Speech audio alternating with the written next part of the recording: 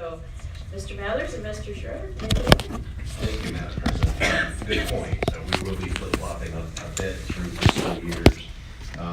So we will try to make it clear what fiscal year we are talking about. Today's meeting really kind of sets the stage for the fiscal year 2019-20 budget process. So not the fiscal year we're in, but the next fiscal year. And so, as you all know, we worked diligently on developing that budget in the prior year, which right now we're in fiscal year 19, so we'll start working on fiscal year 20. And this, like I say, really kind of sets the stage for the discussions and the process we'll use. So we're looking for board input and feedback today, very much so, especially on item number 4, where we really do want your feedback on, perhaps what worked or didn't work so well in this last budget cycle, but certainly what you would like to see for next year's budget process. But kind of turning to the agenda itself, item 1 is probably not budget 101, it's probably budget 201. But we'd like to talk about how the state funds school districts in item 1A, and we think that will help kind of frame for you the discussions going into the legislative session. I know Lindsay's going to talk to you this afternoon about legislative issues, but also our own budget process, because there are things we can control and things we don't control. And so we want to kind of be clear about how the state first funds school districts, so you have a good solid understanding, or maybe you already do, and this is all going to be a reminder, but we think that's good. And then item 1B, we'll talk about how we actually prepare our own budget, so you get a sense again of kind of what are the variables we control and what we don't. Then we will, in item number 2, talk about this last fiscal year and where we ended up. We're going to share unaudited results, so these results can change somewhat. You'll get audited results with the comprehensive annual financial report in the latter part of October, but we wanted to share how we're looking for fiscal year 2017-2018, because that affects our fund balance going forward. Item number 3, again, flip-flopping between fiscal years here, we'll talk about some initial trends for the fiscal year 20 budget. As we'll note to you several times, the state really controls and sets 80% of our revenues. So there's only so much we can say here about fiscal year 20 at this point ahead of the governor's budget, but there are some trends that come up last several months that we want to talk about, so you at least have that going again into the budget process. Then item 4, we'll talk about the process itself. We'll give you an update on priority-based budgeting as we kind of head into the 8th or 9th inning of that ball game. And so, but again, here's where we'll talk about kind of our proposed approach for the fiscal year 20 budget. But again, we want your input and feedback on that to see if that, make sure we're tracking together. And then item 5 is a quick legislative update. Again, not going to steal Lindsay's thunder this afternoon, but want to share one of the things we're working on for that. And then lastly, Mike will go over the budget timeline for fiscal year 20. So with that, I will turn it over to Mike. We'll do a tag team like we always do, but Mike will set you up on the state funding model. Can I interrupt for just 1 second Yes, ma'am. to share with my colleagues on the board? I just met with our auditor from Eide Bailey, who's completing the annual financial audit, and said that our financial team at the school district is one of the best that they work with anywhere. You all are prepared.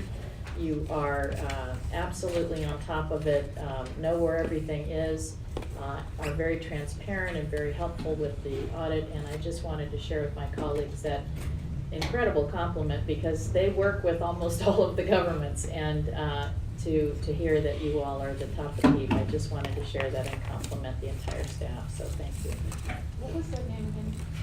Eide Bailey is our external auditors, and it was Michael Asienega, something like that. Okay, thank you. Sorry, please go ahead. Thank you, Trustee President Simon Holland. Good afternoon, Superintendent, members of the board. Thank you for allowing us the opportunity to start talking about the upcoming budget. I know it's a great importance to everybody, and there's a lot of work to be done, and that's one of the reasons why we start so soon. When you look at the budget, you have to really know where it starts. And it starts at the state level. The legislature meets every 2 years. They pass a budget, the state budget office prepares that budget, that initiates that. Normally, the governor gives his the state address at the end of January where a lot of these numbers get revealed. Up until that time, it's really hard to know what's even in the budget. They don't really give us a lot of information. So they're the ones who initiate the K-12 budget. And they're also doing everybody else's budget at that point in time. What I wanted to do is go through some of the procedures they use to build that budget, how they derive the amounts, and what is commonly called the distributive school account, where our per pupil funding lies in the state budget account. I'll get into that. And besides the per pupil funding, they also fund other K-12 educational accounts. They're in different budget accounts. That would be money for Zoom schools, Victory schools, Read by 3.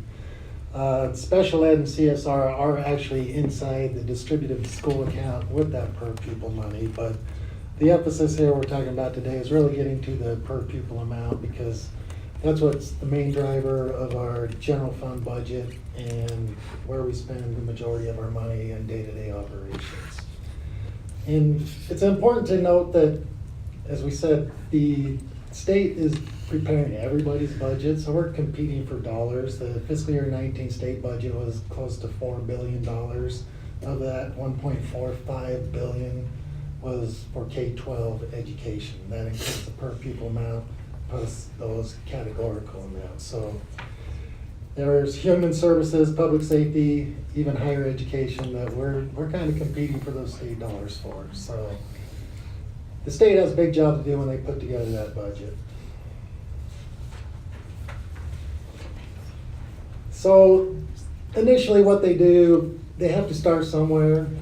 We're in the first year. We just finished the first year of the current biennium, which was fiscal year 18. We haven't finished fiscal year 19, yet they have to come in and do fiscal year 20 and 21 budgets. So they need a starting point. And what they do is start with fiscal year 18 historical expenditures, what we actually spent. We're required to report to the state and charter schools to our actual expenditures for fiscal year 18. The State Budget Office will compile all those expenditures and say, that's what everybody spent fiscal year 18. They'll kind of catch that up for fiscal year 19 to move into the next biennial budget. Once they have those numbers, then they make some assumptions to add to those numbers. They know the school districts have employees on various salary schedules. Each year those employees increment a step, and we call it a roll-up cost.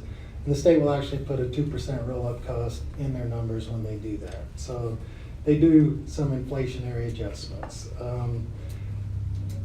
COLAs, typically, I look back and they haven't added any type of COLA since 2009. And after that, they actually took some of that back because we got into the recession. But sometimes they will add inflationary increases for textbooks, supplies, utilities, things like that. They typically look at health insurance, but they kind of tie their budget to their PEBS system, and that's not really tied to our reality. What they're putting in there is generally less than what we're facing at our level. And another key driver for them is enrollment growth. Typically, they expect enrollment in the state to grow. This is a tricky calculation for them because if they underestimate and actual enrollment comes in, then they're kind of on the hook for that whole per pupil amount that they're going to have to fund through some means. But then if they overestimate, then they're taking not only dollars away that could be allocated to K-12, but to other state agencies. So with the enrollment growth, they will add some enrollment growth, and basically when they add that, they add the expected costs for the various categories. So in this expenditure reporting we do, we report X number of teachers at X cost and X number of students. So if they say on average it looks like statewide there's one teacher for every 28 students. So if they're going to grow the enrollment by 28 students, they would add one teacher to the budget. So Question, Mike. So do they use our enrollment projection, or do they come up with their own enrollment projection for our district? in the past, they were pretty good at getting with all the districts and trying to formulate something. The last couple times, I think it's been more at the state level, just them kind of doing it on their own, so. And I That's think it good. was like 1.25% roughly this last biennium. For each us or year. for the whole state? For the whole state. Okay. So they will add amounts for that. It's typically adding in more per pupil amount for those kids. And there's part of that that is associated with the operating costs, so like textbooks, supplies, basically they express that as a per pupil amount. So if they had this many kids and we were spending $100 for textbooks and supplies, then they would add that to the budget too. So they're adding in for some inflationary costs plus growth.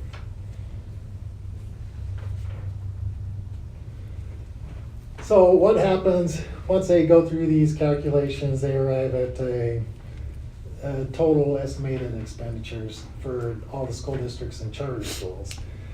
And this is where I kind of say they determine our ultimate fate, because they're gonna look at what other sources of revenue do school districts and charter schools get. And these are called outside revenues. And included in the outside revenues are 2/3 property tax, government services tax, and those are the major ones. So once they consider those, then they back that out of the total expenditure amount, and they arrive at a net expenditure. And this is what they call the total basic support. So when you're looking at the calculations behind the scene, when they say total basic support, it's basically the total expenditures they believe will spend less the outside revenues.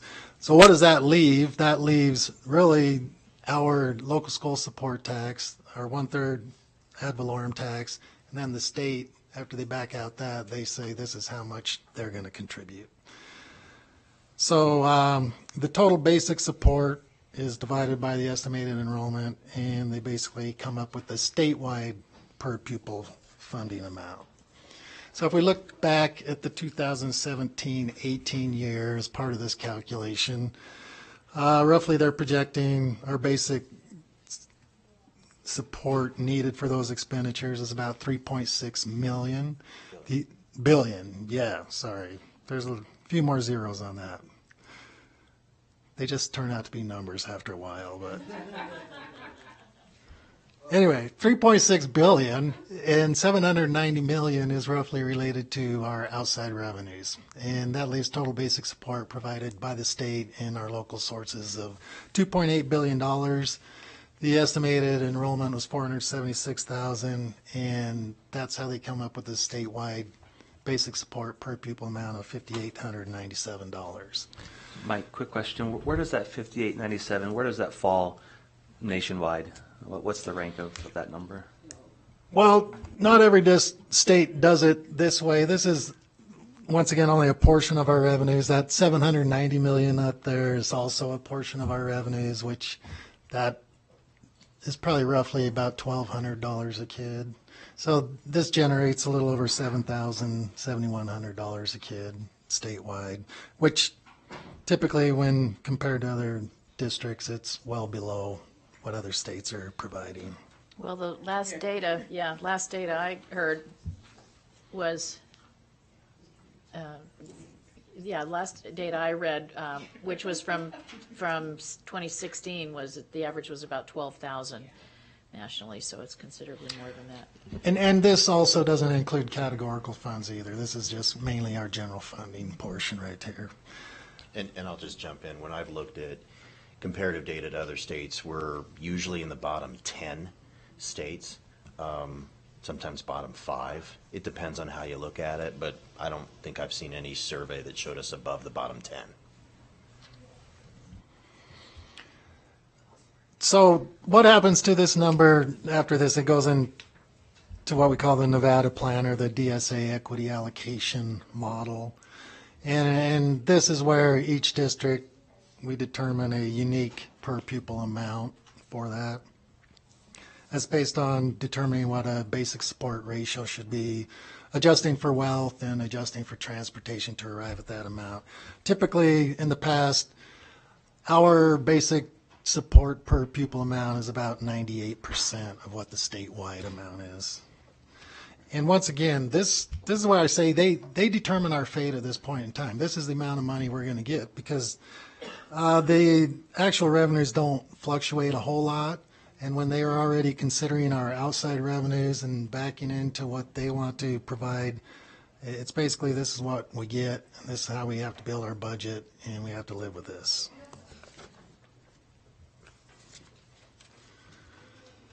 So what this does is say, okay, we got the statewide basic support per pupil, and it's inside the DSA, it's about $3.1 billion. And included in that $3.1 billion is some special ed funding and some CS class size reduction funding. And that's about $334 million. So this is kind of that statewide DSA pot. And how is it funded? We see the biggest portion of that is blue, which is local school support tax, 2.6% of every taxable sale for all the districts and counties goes towards school districts, and it's considered as a portion of the per pupil funding. Then the 1/3 ad valorem is part of that, and between those two, the red and the blue, you see that makes up over just about half of the funding. The other half is where the state kicks in their dollars. And the biggest part of that, 38%, is the state's general fund. That's going to be generated with gaming taxes, entertainment tax, modified business tax, commerce tax, those type of things. Those all go to their general fund, and this is like a transfer from their general fund to this account. There's the other big source is IP1 room tax. This was a tax, 3% for, I believe, rooms in Vegas and Washoe. I think it started in about 2011. It's supposed to be dedicated to other purposes, kind of categorical funding, but because the recession hit, they dumped it in here and just covered the ongoing expenditures. And I know probably that littlest slice on there, marijuana tax, is something everybody's talking about. As you can see, it's not very big, and it's like 0.6% of the entire per pupil amount. And Mark was going to talk to that a little bit because there's a lot of questions around it. We just wanted to make sure everybody understood what was going on there.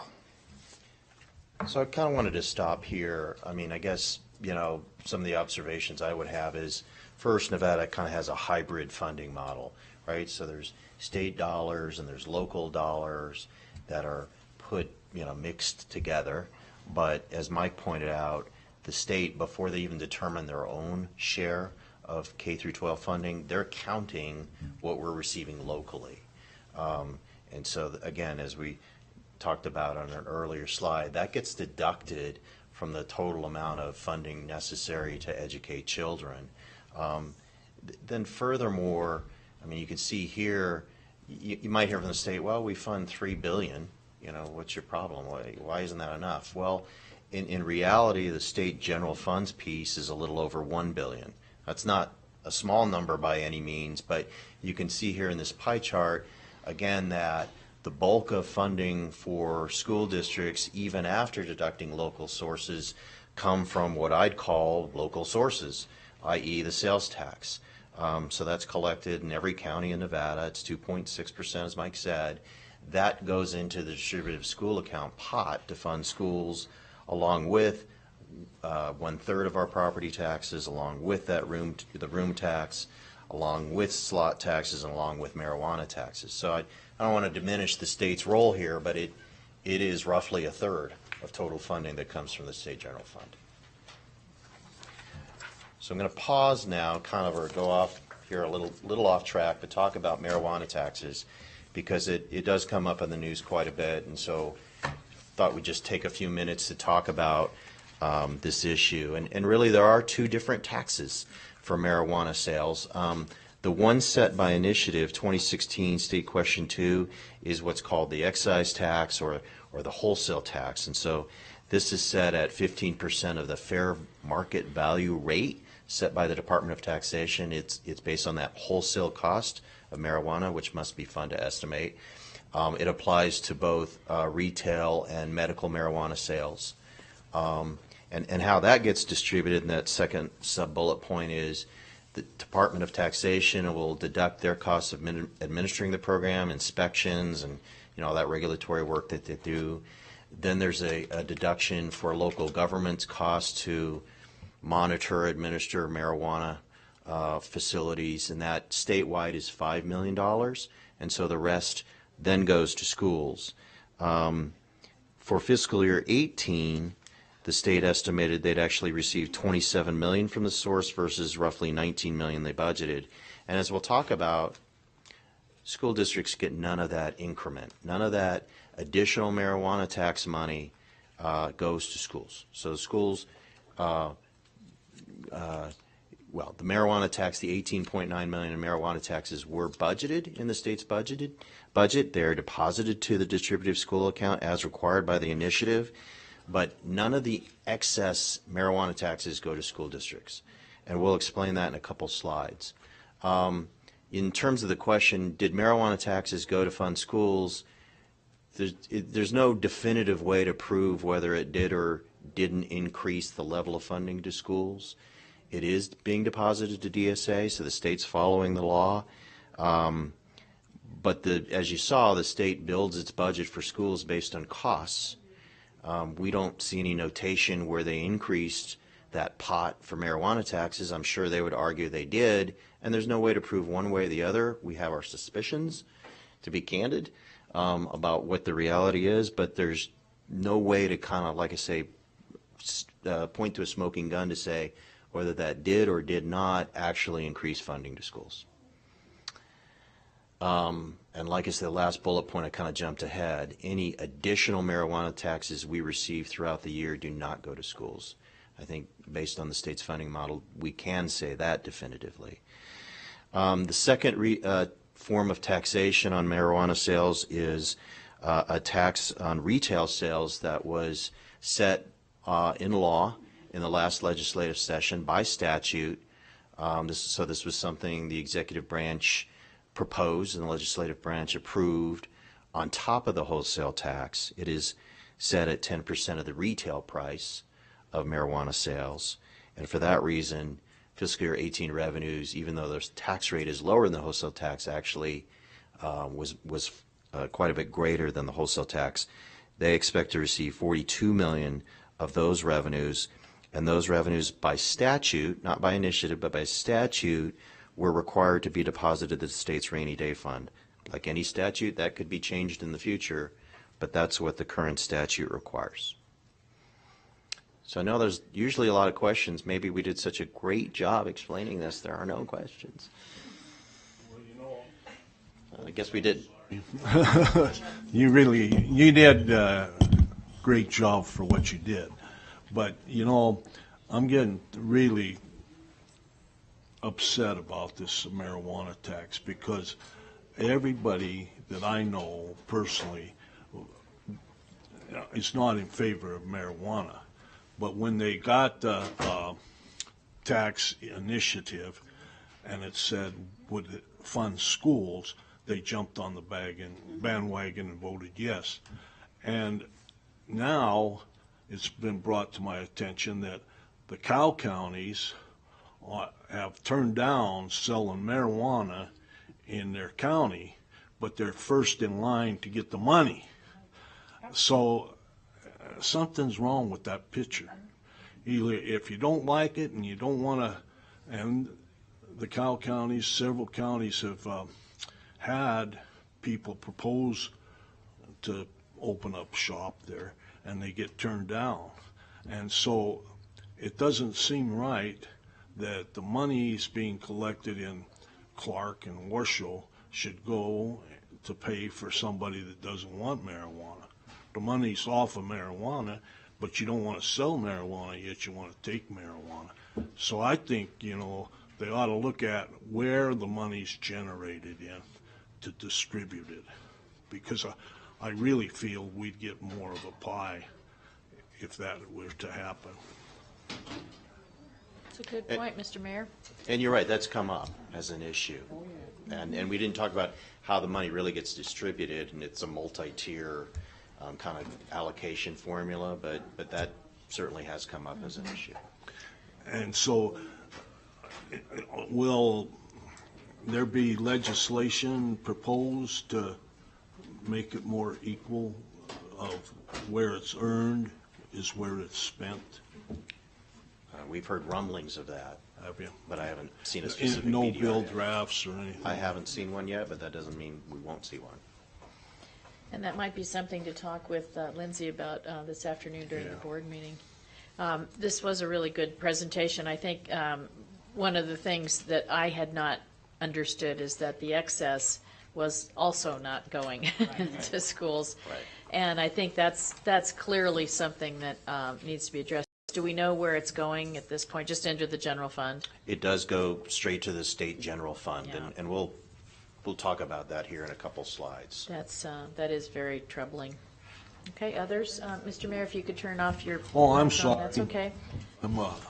My call. You're still on. I'm in. Dr. Feemster? Thank you, Madam President. Break it, I buy it, right? You own it. Thank you, Madam President. I'm really concerned about this because it's confusing. I like the fact that they have numbers down, but it just reminds me of exactly what's happened in many states with regards to people going out lobbying for, or lobbyists going out and lobbying for,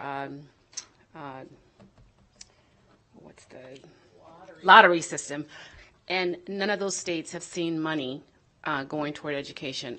Perfect example is Louisiana. I've said it before. They just sold the people on this, and we were going to be, well, they were going to have the best education system ever, and to date, and I think it's been maybe 20 years, no one has seen any money from the lottery, and other states are in the same position. So that's why I was asking about this earlier, just to guarantee that we had something. I know Las Vegas is pretty concerned about it. It may seem like a little bit, 0.6, but That would help. 0.6 can help us with teachers. So Yeah.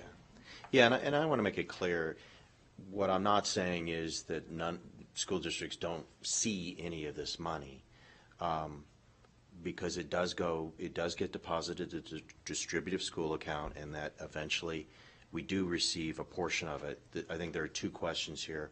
One, when the state budgeted those monies, did it actually increase state funding, or did it simply replace what the state general fund would have funded? That's the first question, and we're saying we really can't prove one way or the other on that. But then secondly, like we just talked about, we're having, I guess, a good year for marijuana sales, if you want to call it that. And what happens is excess revenues, that we can definitively say, at least in the current biennium, we're not seeing that. And that's just because of the way the DSA and the Nevada Plan funding model work. So I just wanted to clarify. Yeah. I was just going to make sure I understood. I mean, the revenues that you show are just about 70 million Total. in Yeah. total. So even, I mean, this isn't the savior for the budgets.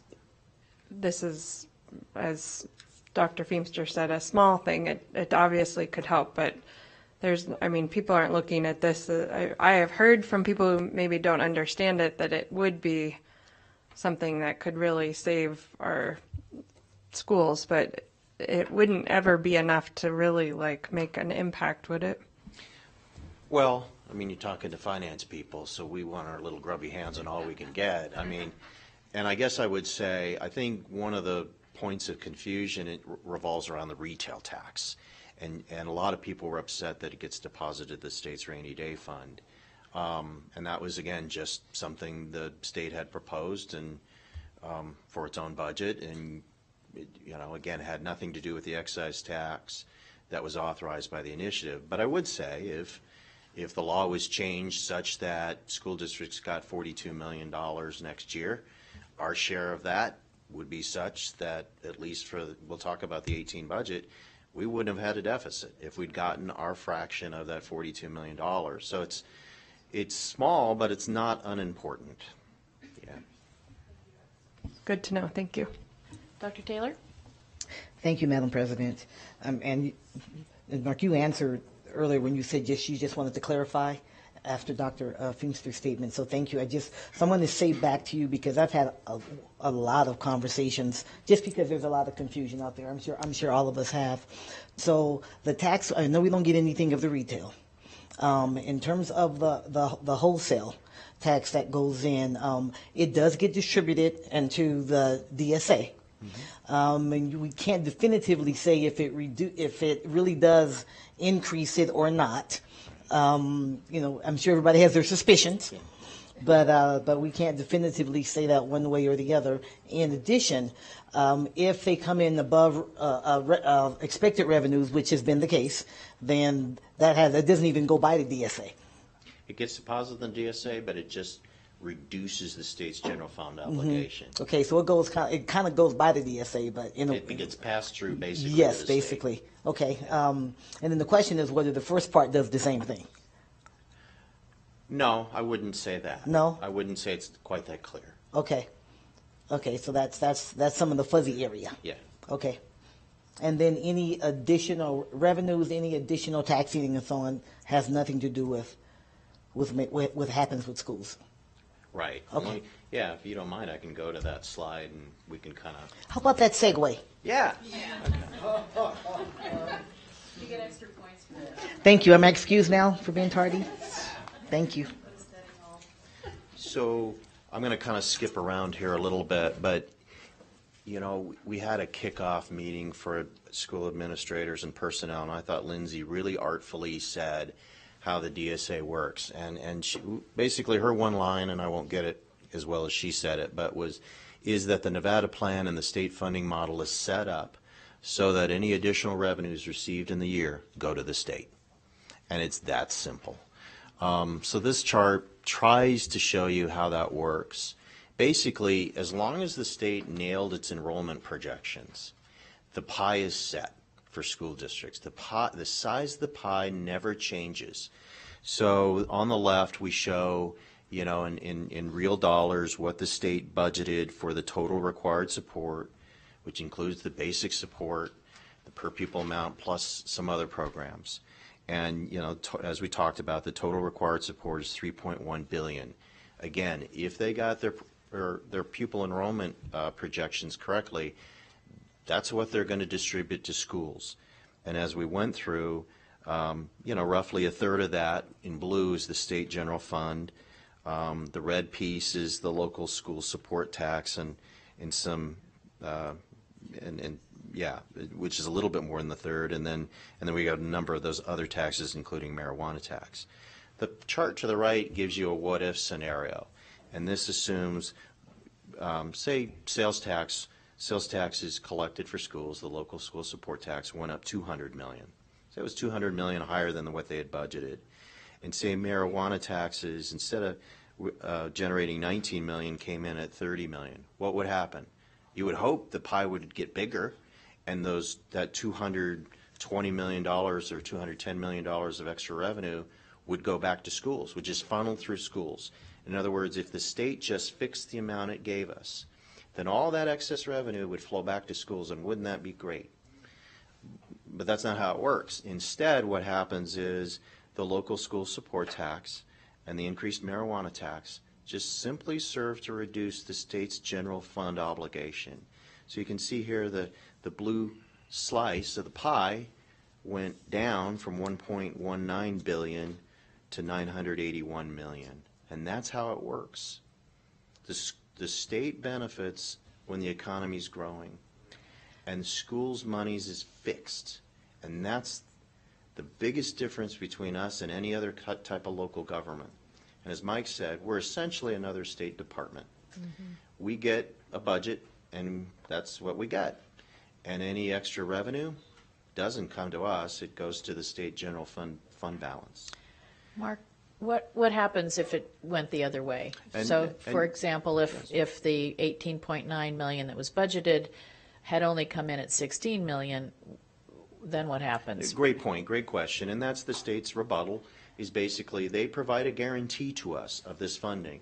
If sales taxes don't grow to the extent of what they budgeted, like in a recession, they will cover us. And that's the trade-off that they, will point out, which is true.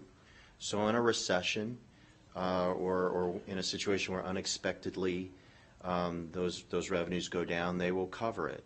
Now, they won't cover our local sources, like our 2/3 of our property tax or our government services tax. They don't backfill us for that, but they would backfill us for any reduced revenue, drops. I don't know. From my standpoint, that's not that great of a deal. I'd rather have the 7 or 8 or 9 years of good years every 10 and absorb the 1 or 2 bad years, which is how local governments work. And I'd rather have that deal, but this is the way the Nevada plan's set up. It is a guarantee. It is a guarantee. Other questions on this? This is really helpful. Appreciate that conversation. Okay. So I got a couple silly teeter-totter kind of slides in here, and this just basically says the same thing, that, in a situation where marijuana taxes went up 50, that would result in a 1-to-1 decline in what the state general fund would have to pay us. So the state's general fund level of funding to schools would drop 50. So it's a zero-sum game where they're going to pay us what they budgeted and no more, unless there's enrollment changes. And that's the one variable that does happen. Mark, one other question. The Economic Forum is really crucial to the state's forecast. When do they meet? Is that in They December? meet December 10th. They have to deliver an economic forecast to the governor on December 10th, and then they meet again on May 10th, so late in the session. And a lot of times, as you know, the state will wait for that May 10th figure to kind of button everything down, which is really late in the session, really late in our budget process to do much. But yeah, December 10th and then May 10th. Do we have any initial? There's numbers that folks have forecasts? floated around, $500 million more of funding, but again, we get to compete against, welfare and human services programs and prisons and, so it's a competition for dollars for sure. Yeah, and $500 million is a rounding error for, for some folks, so, okay. Thank you. And yes, Mr. Mayor. The Nevada plan's been in existence ever since I was in college and took school finance. It hasn't changed. Yet, we're bringing kids on school buses instead of stagecoach in the Nevada plan. And really, that's where the problem lies. Is there any appetite for changing the Nevada plan? I know I get stuff in the mail a lot of times, join this and join that, to completely overhaul the Nevada plan, but I don't know how reliable those things are to join. So the state has conducted studies throughout the entire state with the Ogden study, asking for input from a variety of stakeholders, teachers, parents, and they had an opportunity to go. And then they're studying that to look at what that could look like in the future, to build a better plan or a proposal for a better plan to support education. So they are working on the work. Does that help? And we do have a couple of agenda items to discuss resolutions this afternoon that would potentially support some of that work. So. But it's going to take more than just 7 people from Washoe County beating the drum.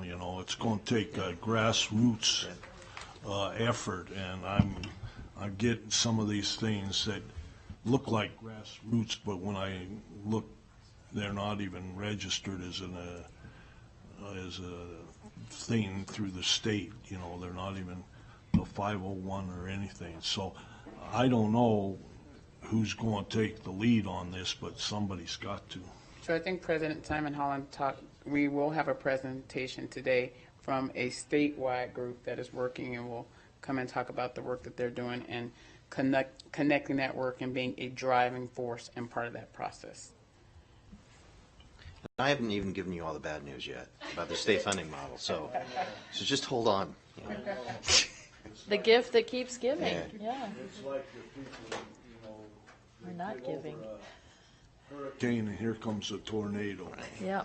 So which would you rather have? And that's what's happening in finance for schools. You want this or this, and if you, no matter which one you choose, you still get $10. Yeah.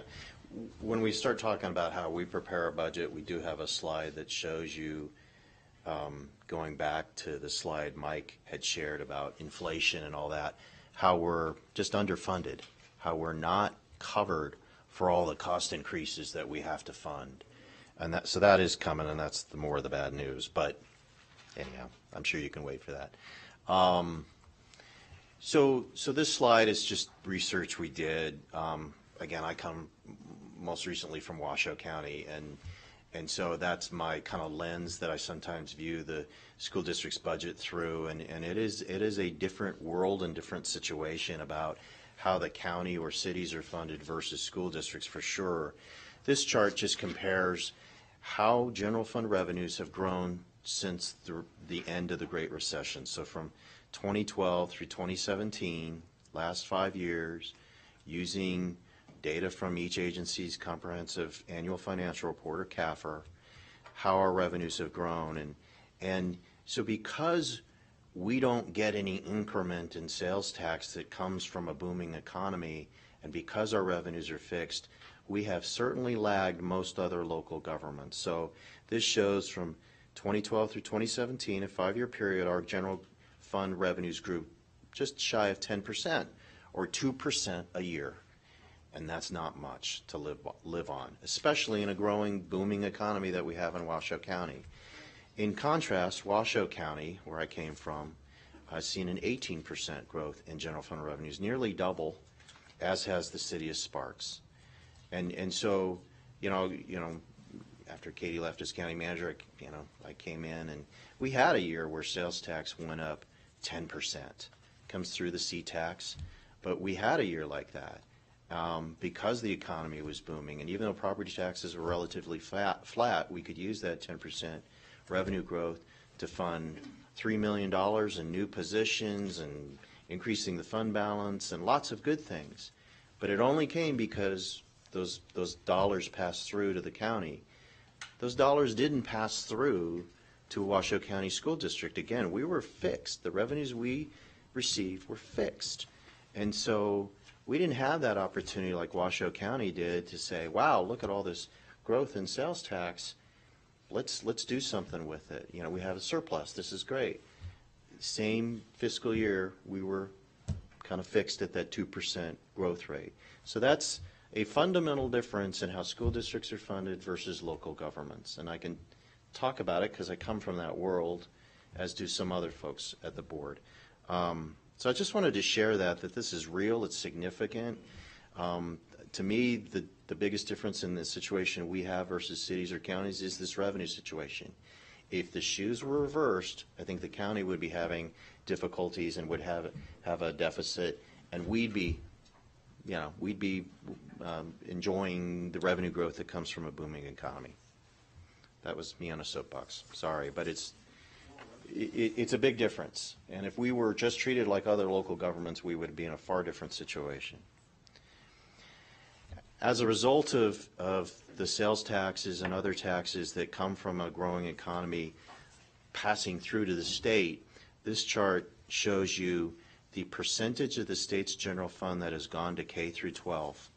This is not made up. This comes from state reports. It comes from the legislative branch of the adopted budget. These are budgeted numbers. They're not actuals, but they come from, again, state reports. This is a slide in the Invest document you'll review this afternoon.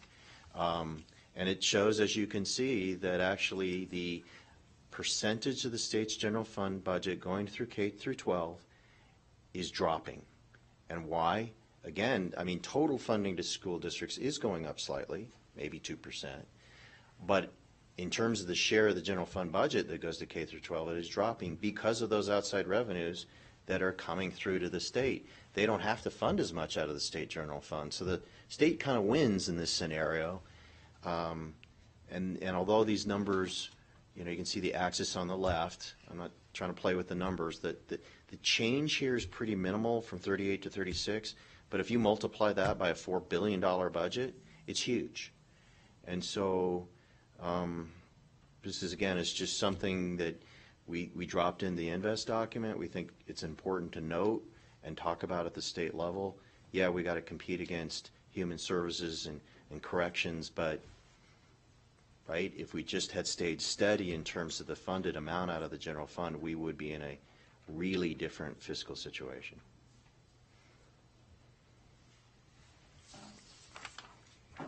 All right, so that ends 1A. We went on for a while, I'm sorry, but we just thought it was important to kind of do a level set with you about how we get funded. So with that, I will turn it over to Mike.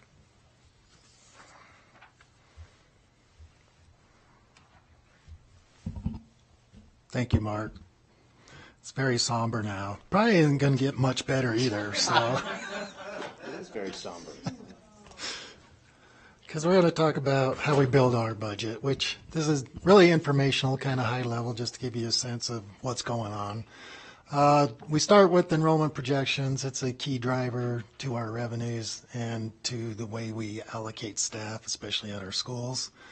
So based on that enrollment, ties into staffing allocations. We run numbers by grade, by school, determine how many staff we need teacher-wise. That staff also those numbers can also drive other staff if you're a title school, things like that. Operating costs for school, they get an amount per school. If our enrollment is growing, we would have to increase the budget for that. We look at central support, central services and operations. Typically, that includes you guys as a board, superintendent, chief of staff, deputy superintendent, us as the business office. IT, legal is huge.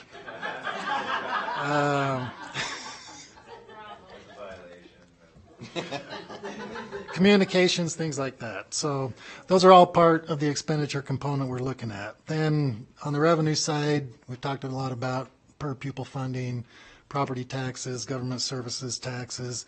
Basically, when you put all that together, we end up with a pretty stable source, and there's not a lot of leeway where we can just generate huge increases in funding. It's kind of set. Once you compare that to those ongoing expenditures or what we anticipate, there's a reconciliation process. I mean, typically when I get to this point, the revenues are always less than the expenditures. So some assumptions can be changed. Otherwise, it's like looking at cost reductions, things like that, and trying to get a proposed budget to the board that basically says, here's where we're at, and this is how we propose to solve the problem and provide you a balanced budget. And along there, obviously, we have community and board input and things like that, but this is just a kind of high-level summary of how we do our budget. When we look at school-based staffing and student support, once again, the enrollment drives those. We are looking at each school by grade. We have different ratios depending on what grades the students are in. Those determine staffing levels at schools.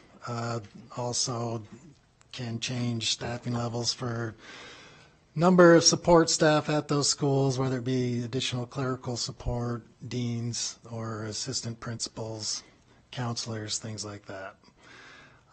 Then part of our allocation process, we do provide extra support if you're considered a title or at-risk school. So you would get additional teachers based on the way we do our ratios and additional staff support also. On the central services side, I kind of explained all the various departments and everything we're looking at. But historically, it's been kind of an incremental approach. This last year, we got away from that quite a bit to say, are there funds that we keep budgeting that we're not spending, and why do we keep budgeting those? We reduce those quite a bit.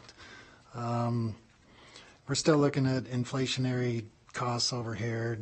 We're putting roll-ups in, health insurance increases, things like that, which only increase the expenditures. And hopefully we're hoping that flushes out in the per pupil funding, but it doesn't seem to be doing that all the time. And part of what we're looking at for this next year is this priority-based budgeting, which Mark will provide you an update on that, but that's going to be a key part of what we're doing on the expenditure side of the budget.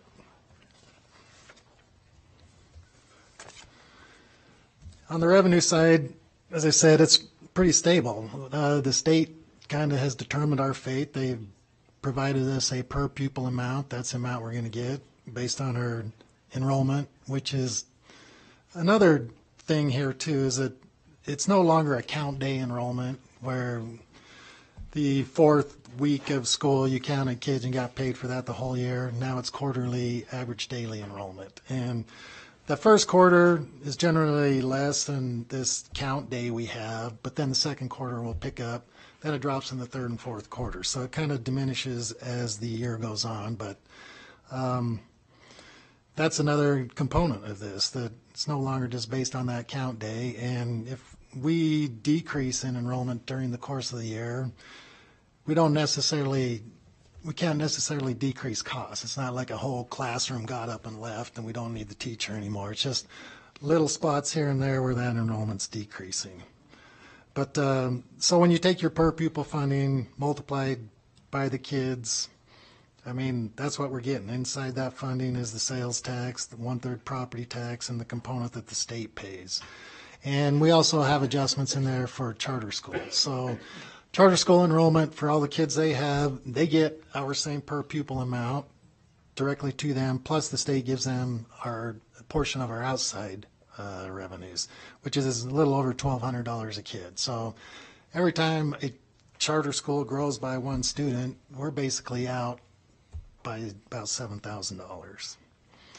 So when you look at that total inside the Nevada plan, it's about 80% of our funding, and it's pretty set, pretty stable. And when you look at outside of that, 2/3 property tax and government services taxes are the biggest components, and that is relatively fairly stable once the state comes up with their pro forma amounts. Historically, the actual collections are really close to what they're predicting. So on the revenue side, it's pretty stable. It's just our funding basically gets set, and now we have to live within that amount because we can't really do a lot about it. We can't change our per pupil amount, and we can't force people to buy more cars, or even if people buy more goods, sales tax goes up, the state pays less. So we're pretty much set on that. So what we're trying to do here is say, okay, we got the state over here doing their budget. We got us over here doing our budget. How do these two things sort of match up? And this is supposed to represent like a teeter-totter, and you see the Washoe County School District side is a little bit heavier than that state side. And why is that? A lot of this starts just with the base, okay? As we talked about earlier, they're going to take fiscal year 18 expenditures. If we spent less than what the overall state per pupil amount was, they're starting with a base that's already less than where they left off. Now you're incrementing a lower base and adjusting for fiscal year 19, and it's like you're not adjusting enough because you started with a lower base. So this lower base is part of the problem here. Now, we didn't put that. I thought we should maybe, but anyway, that's initially base funding is a problem. Now you go to step increases. They put in 2%.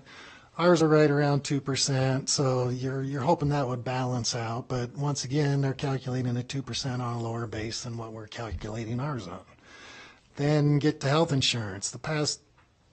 Fiscal year 16, the state added 1.67% increase, 0% for fiscal year 17. Fiscal year 18, they added 3.6, and fiscal year 19, 4%. Obviously, our increases over that time period has been far in excess of what got added to the per pupil amount. Now, on top of that, we have to negotiate. The state doesn't really think we have to, but we do, and it's pretty hard to get out of that without some costs. I mean, we have great employees and we want to treat them fair. I don't know that we're treating them fair, but we're at least giving something. And none of that has typically been recognized. The state, last time they put a COLA in was fiscal year 19, and then they took part of that away. Oh yeah, fiscal year 09, sorry. It's been so long. I'm used to seeing ones in front of those. Now we're getting into the twos. So, plus another pressure we're going to feel are these costs for new schools. We'll show you a slide where we come up with this amount, but it's roughly about $3 million. And they don't just plunk that into the state funding formula, okay? If they did throw 3 million in there, it would be divvied up amongst all the schools. It wouldn't come directly to us. So essentially, those are the cost pressures, and that's kind of where we find ourselves, between base funding, inflationary factors, new schools. These are the type of things that add cost pressures to us that the state really isn't paying for on their side through the per pupil funding formula or the DSA. So I kind of wanted to stop there. This is our last slide on Budget 101, I guess maybe thankfully for you. And this is a very negative story, but it's a telling story, at least for me. And hopefully one you take away, in that we don't get funded for all of our costs. So it's bad enough. So again, comparing ourselves to other local governments, they have their own funding sources. They get a pot of money. It grows the way the economy grows. And basically they get to manage that pot, right? So they have a lot of self-determination, self-control about what they fund out of that pot. In contrast, we're essentially capped on our revenue sources. But even worse than that, the funding model that they determine our revenue base for doesn't account for all of our costs. So if we're not going to get a COLA, but we have to or want to provide a COLA to our teachers, we're already behind the curve at this point in the year when we start working on our budget. We would have to find some other place to reduce to pay and cover for the COLAs that we're not funded for. And that's how it works in Nevada. I mean, you know, I've spoken to some of my peers, and they're in the same situation, and they've made that point to the state and NDE to say, you're making us cut somewhere else to pay for the collective bargaining costs that we have. And there's a shrug, and, you know, we all have to do what we have to do. But this, like I say, is hopefully something you take away from this presentation to understand. And I think you already do intuitively. It's not like the school district has frittered away money it's gotten. There's a funding problem here. I think one of the most powerful slides for me is the proportion of the state's budget that is going to education, which is one of the primary functions of state government, is to fund public education, and that's a really powerful one to me. I think the conversation about where taxes are generated, such as the marijuana taxes, staying in the county that they are generated in, it's a slippery slope, because then we find Clark County saying, well, all of the revenue that funds the state that's generated here should stay here, and those are really, yeah, I know they do. That's a long-standing discussion. So it really, there are no easy answers to this one, but there is clearly, in my mind, not only a funding problem, but there is a commitment problem in the state of Nevada to public education, and it's really evidenced by that chart that shows the declining investment in public education by our state, which is, as you have said, ranking anywhere from 45th to 50th on every ranking of funding to public education. So I think we have got to join with our colleagues across the state and really stand up on this. Other questions, comments so far? Do we need a break before we go into the next section? Okay. Will my colleagues agree to come back in 10 minutes? Okay, is that all right with you guys? We'll take a short break and we'll come back so we can give this all of our attention. I'm going to call the meeting back to order, and we do have a lot to cover still, so please go ahead. Okay, thank you, Madam President. So we wanted to talk about how we ended up fiscal year 2017-18, which ended on June 30th. These, again, will be unaudited numbers. They may change slightly, but not hopefully greatly, or else we did something really wrong, and the Eid-Bailey comments need to just forget about them. So we did see for fiscal year 17-18 revenues track very closely to the original budget. Revenues were up $1.1 million, though, over what we had budgeted, most of that being motor vehicle fees, or what we call in the Nevada the government services tax, and that grows significantly now the last several years. In terms of expenses, We saw expenses come in $13 million below budget, and I'll get into that in a second. So the final bottom line number that you'll see in our comprehensive annual financial report, our CAFR, is that we had an actual deficit of 2.4 million, which is actually really great news. Yeah. Yeah, and yeah, it was everyone. I mean, so we saw departments continue to clamp down on expenses. We saw continued vacancy savings, which is not great in one sense, but on terms of expenses, good. We did have 3 million in encumbrances that carry over to next fiscal year. So these are items that were ordered, but the supplies were not received by June 30th, so they don't count as an expense. But in reality, they are a liability on the balance sheet. Most of that 3 million, and that's a high number for us, is related to textbooks. More than 2 million that we had ordered, and just there were delays in shipping, and we did not receive it by June 30th. So if you include that in the number, then our actual deficit was 5.4 million, which is still really good. In fiscal year 17, our actual deficit was 10.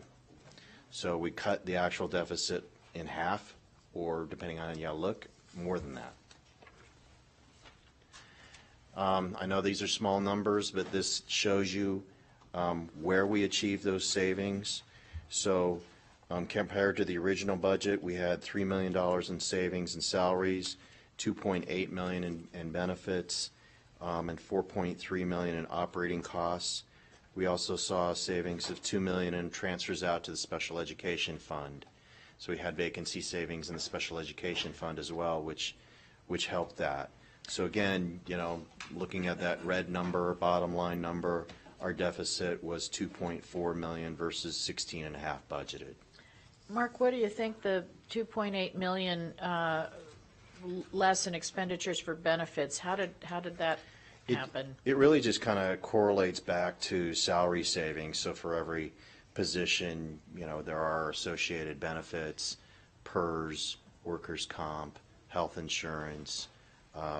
We allocate a portion of OPEB liabilities to those positions. But it's almost a dollar for dollar, and that's Yeah, the benefits original are not dollar for dollar. The original budget included roughly a 10% increase for health insurance, and we ended up with 2% is what it was for fiscal year 18. Okay, so a lot of it was in that health. Okay, which is great. That's good. Yeah. Okay. And so just looking forward in the current fiscal year 19, and going forward to fiscal year 20, I mean, you may ask, well, gee, are we going to get those kind of savings going forward? And historically, the district did have, you know, sizable savings, but you'll remember in the fiscal year 19 budget process, we kind of tried to do better budgeting and align our budget to our expenses more. So we incorporated 9 million, not billion, 9 million of base budget reductions and vacancy savings, which kind of tracks what we saw this last year essentially. So we tried to skinny the budget down to reflect actuals more, so you won't see this huge variance between budget and budgeted costs versus actual costs. However, in both this last budget go around and 2 years before, we did make real cuts, as you know. And so that is helping too. Those are ongoing reductions that carry over every year. So that has certainly helped reduce our deficit to get down to 2.4 million. That being said, you'll recall we budgeted a $7.5 million deficit for the current fiscal year 19. Again, we skinnied up the budget, so we won't see 9 to 10 million of savings in the current year. We still anticipate some deficit there, which means we have work to do in fiscal years 20 and 21. Mark, another question. Do we sweep those vacancy savings quarterly or at some point during the year? Not traditionally. Okay. And how do we pay for accrued benefits like vacation and sick when people leave? Is that just? It's accrued. It is accrued, and But when people when they leave and we have that liability, I know there have been methods in the past of sweeping those vacancy savings to give to make a pot of, a bank of money, if you will, to pay off those accrued benefits when people leave, because they can be huge, I know.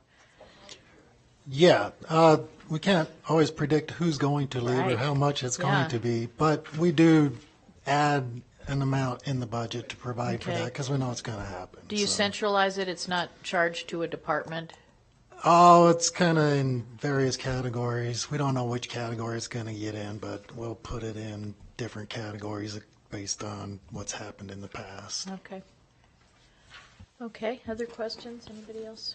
Okay, thanks. So just closing the book on fiscal year 18 then, and you'll see actual numbers in a couple months, but based on unaudited numbers, our fund balance, technically our ending fund balance, is estimated currently to be just shy of 41 million, or just shy of 9% of actual expenses. So that's a good thing. You can see, a drop there from our high of 60 million in fund balance, but the line's flattening.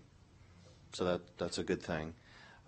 If you include those 3 million of encumbrances and carryover, our actual available ending fund balance, unassigned fund balance, it would actually be less than 38 million, not 39 million. So just wanted to report those numbers to you. Mr. Mayor? Yes, I have a question. I don't know who can answer it, but is our enrollment greater this year, and by how We much? have a slide for that. Oh, you have a slide. How about Mickey Mouse cartoon slide? Or No. Okay. No teeter-totter slides anymore either, so. So with the encumbrances reducing the ending fund balance, what will our ending fund balance be as a percentage estimated? Closer to 8 versus 8.9. That's still good. That's very good. Okay. Yes, Dr. Taylor? Thank you, Madam President. What's our goal? What are we shooting for a good percentage ending fund balance? Yeah. I used to know that. I don't remember. Well, we talked about that changed before. it, so we brought to you new policies in the spring, Mm-hmm. and our target fund balance is 8 to 10%. So Okay. we are within that range, Okay. yeah. Okay. Thank you. Did it used to be higher, Mr. Mather? No, there was a target for assignments and other things, and we just kind of Simplified it? simplified it to be a total ending fund balance target. I see. Okay. Thank you. Thank you, Madam President.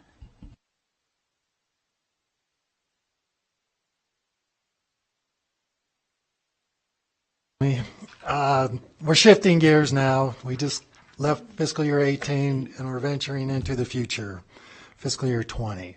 So it's really early to start getting into any serious numbers as far as revenues go. It's a legislative year.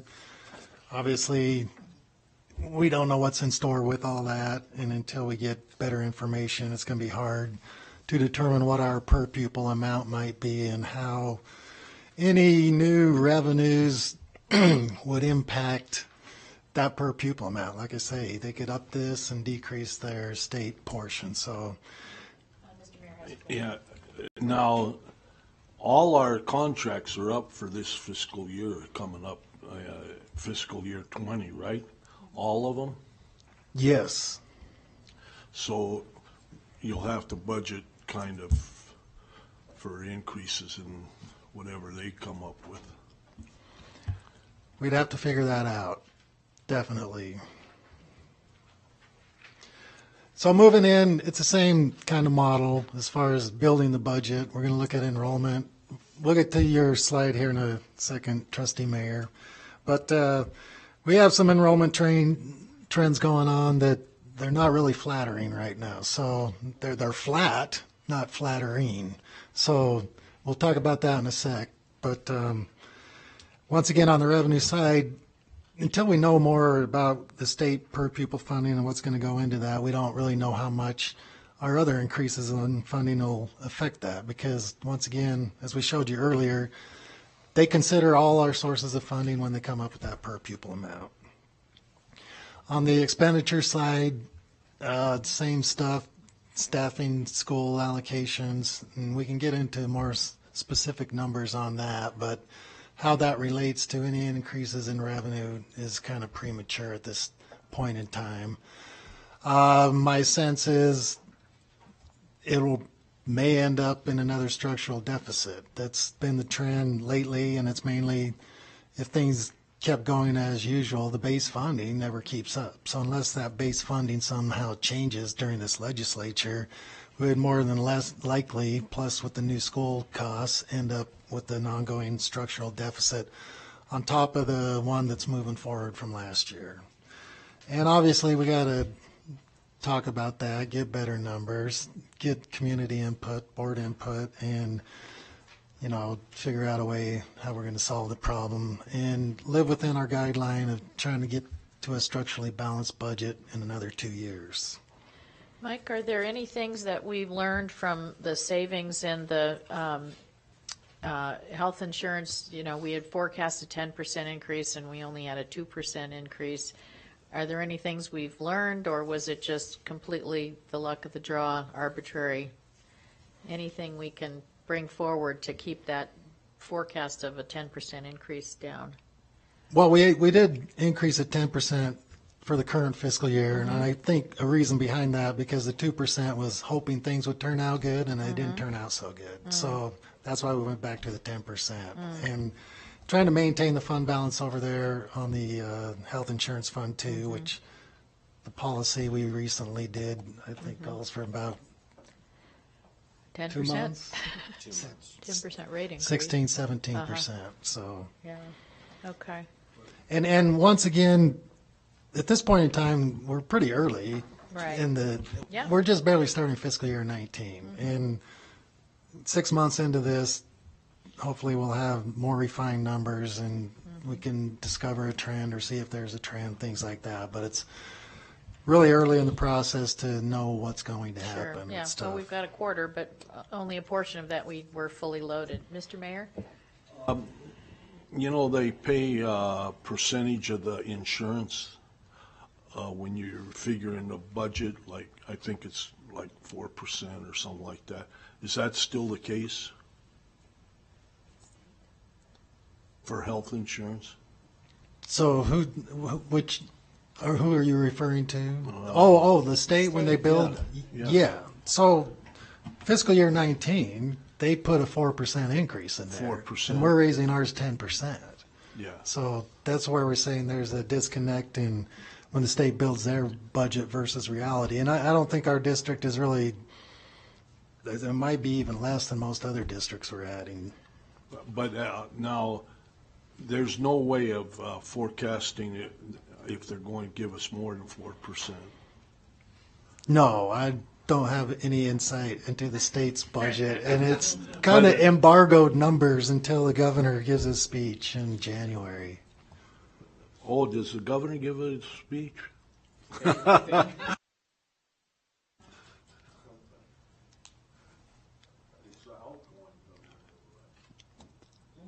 No, there was, and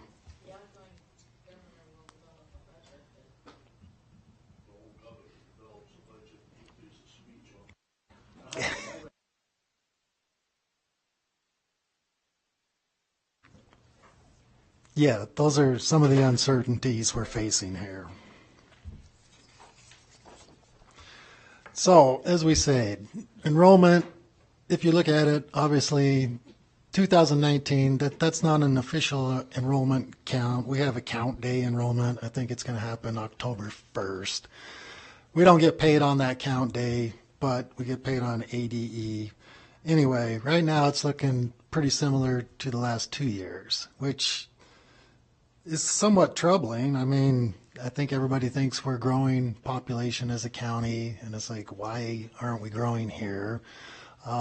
Student enrollment for the county, when you include charter schools, has grown. So we're kind of staying flat. Charter schools are growing somewhat, but they're still not growing at the pace that I think countywide is happening. So these are numbers we're really trying to get into and review and try to say what's going on. We have an enrollment task force also that's saying, well, what's the core data behind this and what's happening and what can we do about it? So we're hoping by the time we get to fiscal year 20, this would be an improvement because it really helps balance a structural deficit if you do have some growing enrollment. But Right now, it's been flat, and we're not sure exactly where we're going to be in fiscal year 20.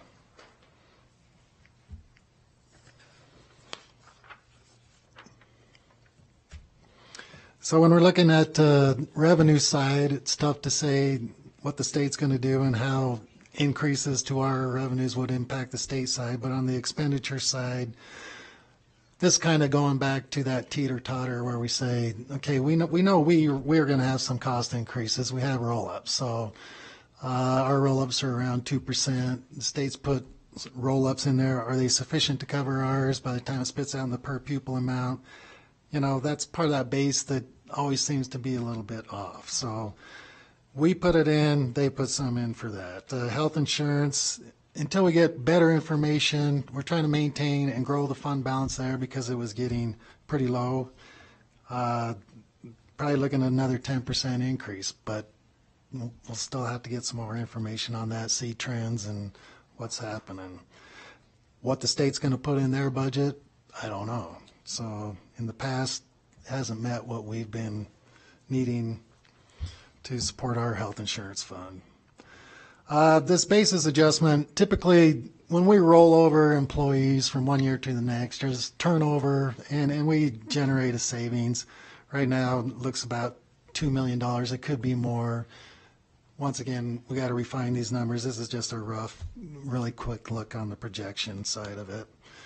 And we do know we have new costs, about $3.1 million. This is something that, the state just doesn't put in, oh, you guys have new schools, we're going to add all this money to the budget. And it wouldn't all come back to us. They'd have to add in like $15 million for us to get $3 million of it. So, Mike, I have a question. I know you guys won't have the answer right today, but if somebody could find the answer. I think one of the things that certainly I notice, and I'm sure other trustees notice, a lot of the contracts that come to us for approval are for contract educational services, various, reading programs and that. And I have a hunch that has grown as we've had to shrink professional positions in the district to provide some of that support. But I'd really be interested, what is the total we spend in a year on those contract educational programming services, and how has that changed over the last few years? I'd if you don't mind, just when you could get that, I'd be really interested to see that, because it is a huge dollar amount, I know. yeah, and I believe probably the most significant portion of that is probably grant related, which doesn't have anything to do with our general fund. Yeah, and that would be good to know too, how much of it is offset by, But- yeah, it's a good point. And I know you recently had ones on physical therapists, occupational therapists. Those are just related to the fact that Staffing, it's yeah. But it's the, it's the contract reading and the contract, learning programs and all those kinds of things. Hundreds of thousands of dollars every meeting that we're approving for those. So if somebody could get that, I'd be really grateful. Thank you. all right. Thank you. Now, beyond what we sort of know as far as cost increases go, there's unquantified costs, as Trustee Mayor pointed out. We're open for negotiations with all our bargaining units this upcoming year. What the result of that will be, I can't say at this point.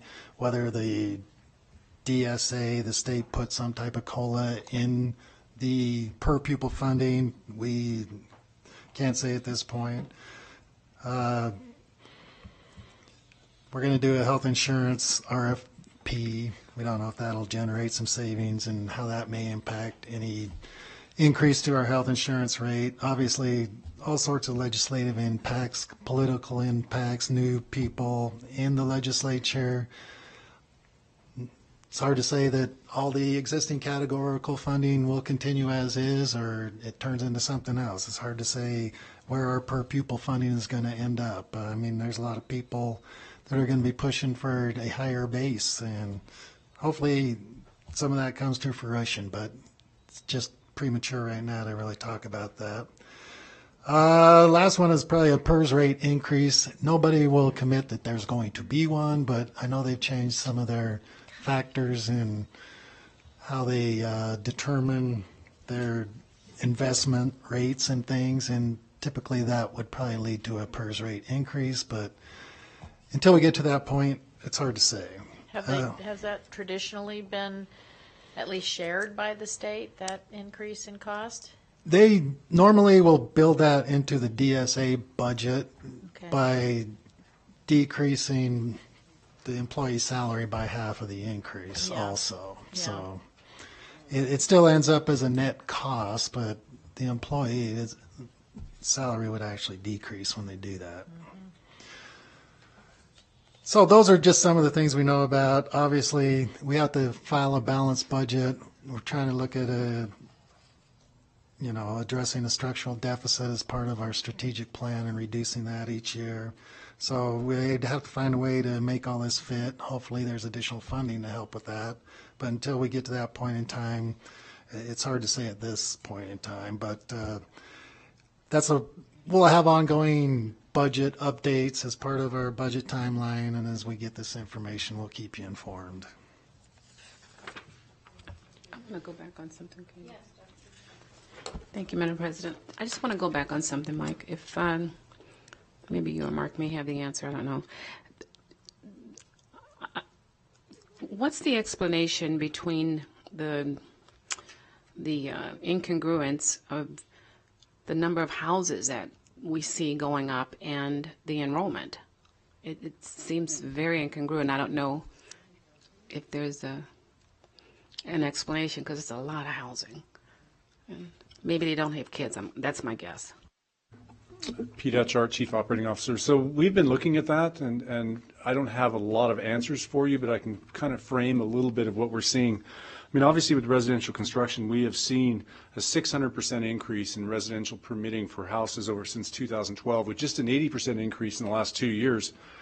What we're really finding, though, and this is from Randy Baxley, our demographer extraordinaire, but what he has really found is that the student generation rates are changing drastically. And to put that in perspective, we've seen a 25% decrease in new housing developments of what they're generating in students compared to new houses in 2013, with the biggest decrease of 40% in multifamily housing. So if you look at what a new multifamily housing unit developed in 2013 produced as far as number of children compared to 2018, a 40% decrease in the number. And that's really impacting us because 58% of these new building units right now are multifamily, compared to 8% back in 2012. So that we're seeing that huge increase. The takeaway I'll give you is the difference between new developments and existing developments. Existing developments right now are producing 4 times as many students as new developments. 4 times as many. So what that tells me, and I don't have all the answers, but what it really rings to me is that, are we building what our community really needs? This is an affordable housing issue. And I know that a lot of really intelligent people are having a lot of conversations right now on this topic, and I think we need to be part of that conversation because we're just one data point in this, but that's what we're seeing. And of course, that doesn't mean that will hold for the next 5 years. If those are young single workers coming in for Tesla and other jobs, in 5 or 6 or 7 years, they may be starting families. Yeah.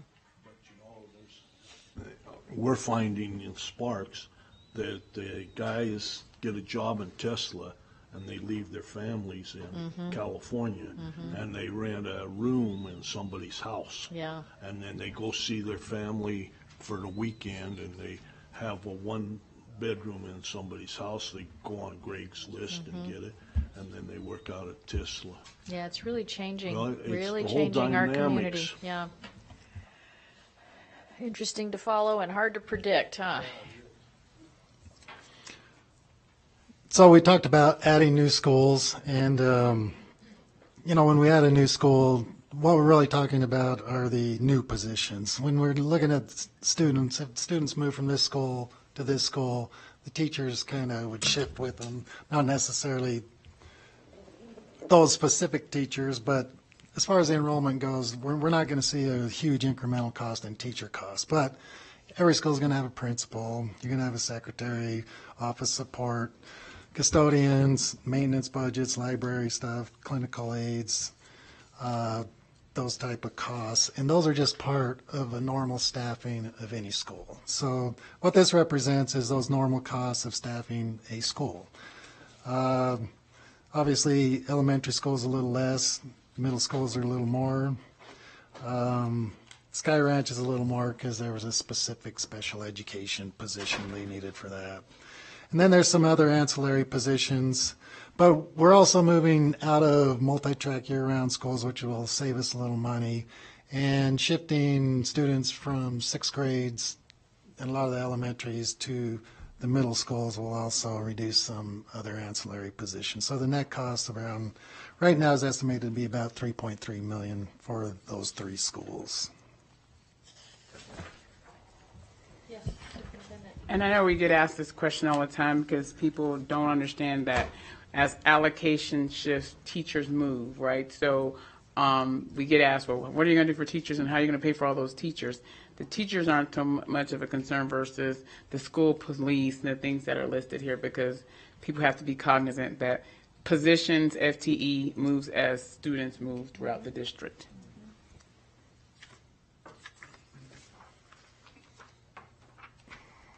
Okay, with that, we are ready to turn the page or continue to talk about fiscal year 20.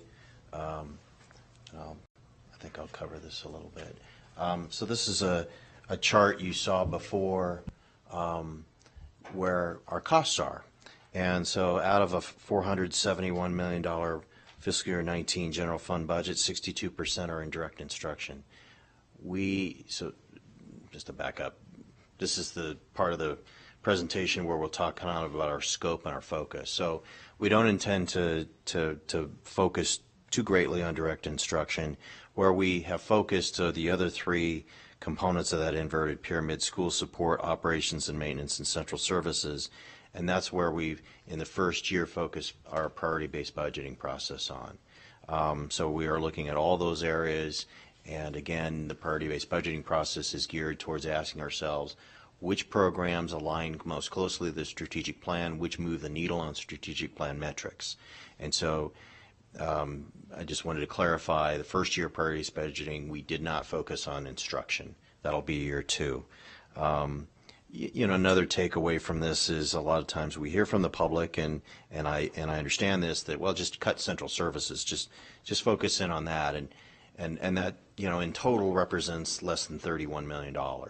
So although we will look at it, and in this last budget cycle they took the greatest hit in terms of reductions, if you're going to only focus on the smallest part of the pie, which is 7% of total expenses, you're just not going to generate the reductions you're going to need to balance the budget.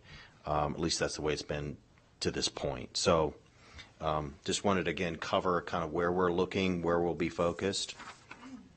In terms of updating you on where we are in terms of priority-based budgeting, we have one last step, and that is peer review scoring, where we'll have teams of peers of departments. So departments have completed the self-scoring, and now we'll have different departments look at those scores and validate them or make adjustments.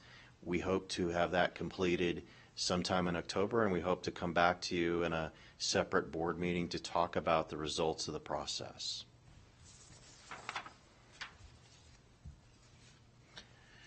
One thing we did want to make clear, though, is, sometimes you might come away and think, well, priority-based budgeting is going to show us what are the lower quartile programs. What are these programs that really don't align to the strategic plan that we still do? Maybe there were programs launched 5-10 years ago and we're still doing them, and no one thinks they really move the needle. Let's just sweep the costs of all those programs, and we'll have a nice budget surplus.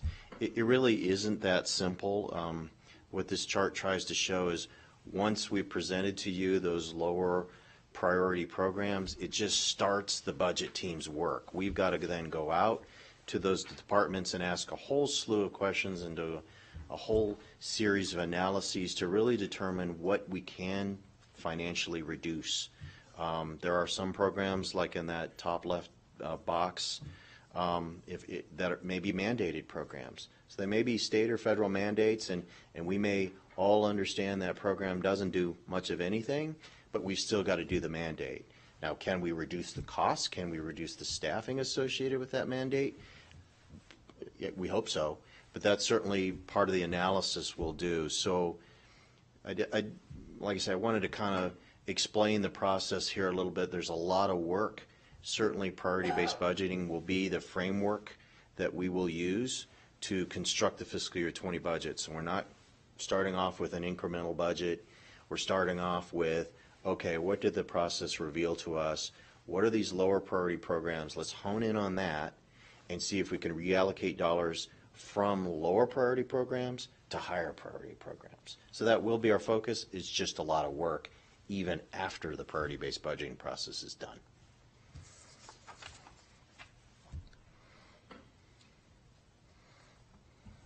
So we're focused on priority-based budgeting. As Mark pointed out, it's not the end-all to be-all, and it's not going to fix everything we got, probably. So we certainly want to do other areas of analysis. Part of our strategic plan is to follow best practices. We've updated policies and principles related to budgeting. Certainly we're going to continue to make data-driven decisions, look at cost-effective programs. The GFOA still has a smarter school spending tool. We'll revisit that, see if there's areas where you can look at that. We're looking at take-home vehicles right now and transportation fees. And as we get more into fiscal year 19, it'll give us an opportunity to have a little more critical examination of current budgets. We've cut in fiscal year 18 and 19. We rebased budgets and we've reduced a lot of budgets. So the opportunities to balance the budget are shrinking and shrinking. So it ultimately will get down to some really serious decisions. And I think that's where, as Mark pointed out, priority-based budgeting really comes in, because it really takes a look at what we're doing and ties it into what our priorities are or our strategic plan. So here is the point where we would look toward the board for feedback and input. We've tried to give you broadly a sense of how we will develop the fiscal year 20 budget. This is a list of additional kind of analysis we are doing. It's based on prior conversations with the board in a lot of cases, but now is the time where we would look to you to comment on maybe additional areas or what have you.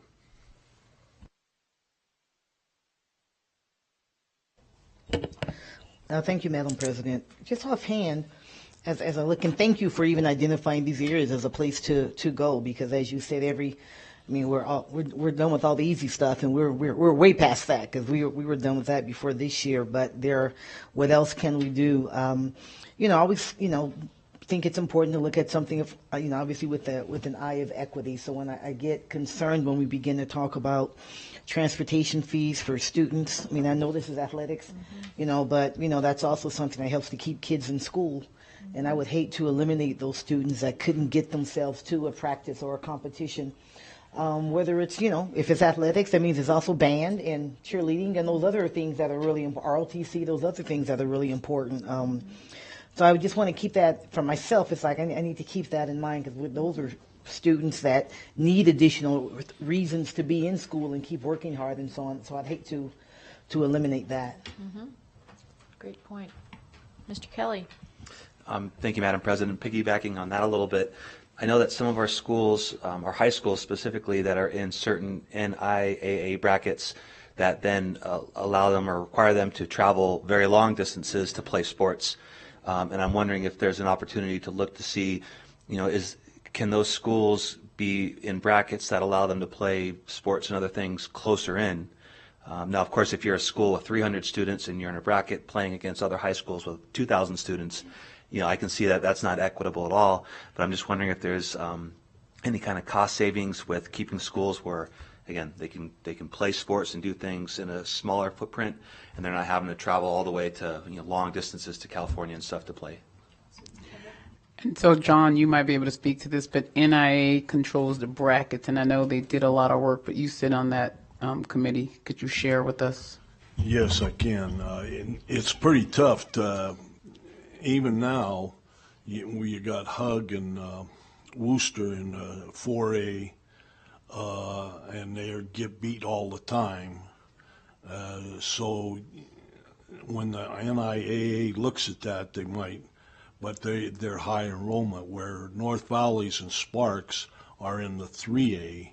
And yes, they do travel, but now they're travel partners. So like when they go play Elko, say in basketball, they'll play Elko on Friday night, and they'll play Spring Creek on Saturday night, and then they'll flip. So they go out there one time for 4 games, and most of them, like the 3A, you got Dayton, Fernley, Truckee, South Lake Tahoe, Fallon, Winnemucca. The only long ones are Elko, because they go to Winnemucca in one day and turn around and come back. But Elko, they want to play 2 games, 2 teams go up there, play 2 games, come back.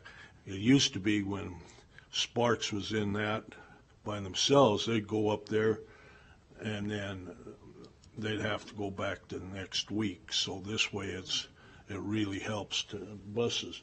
But you got Incline is in the 2A, and they're getting beat up all the time by Yarrington and that. But actually that's pretty close, all of them, because they go from Incline, they go to Yarrington and Smith Valley and right around there. And they've really broken that 2A up into 4 brackets now. So they won't be going to Tonopah even. They'll be right here in the west instead of, it used to be, and you're right, they had to go all the way to Windover. That made no sense. So now, instead of just having 2, they've divided it into 4 sections. They got 2 in the central, and 1 in the north, and 1 in the south. And they put a study committee together and came up with realignment this last year, but they had an ideal, the committee, and you know my feeling about a committee, you give a committee authority to come up.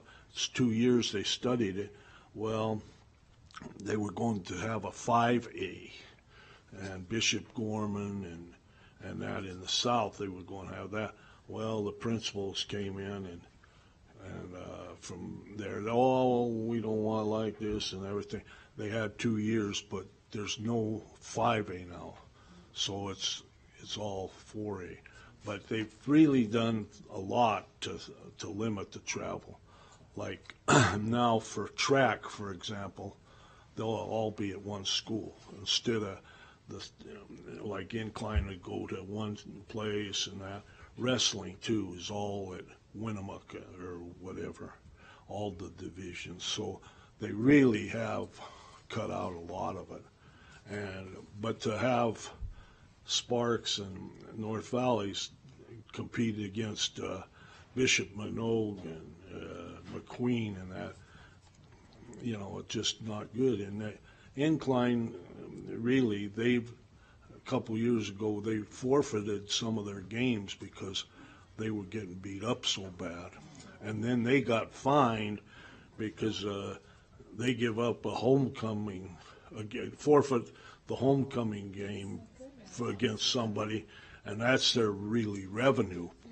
And so Incline got fined for doing that, but they get beat up by a lot of them. But then you turn around and they've combined Incline and those, because they didn't have soccer, they're in the 3A now, and they hold their own in that.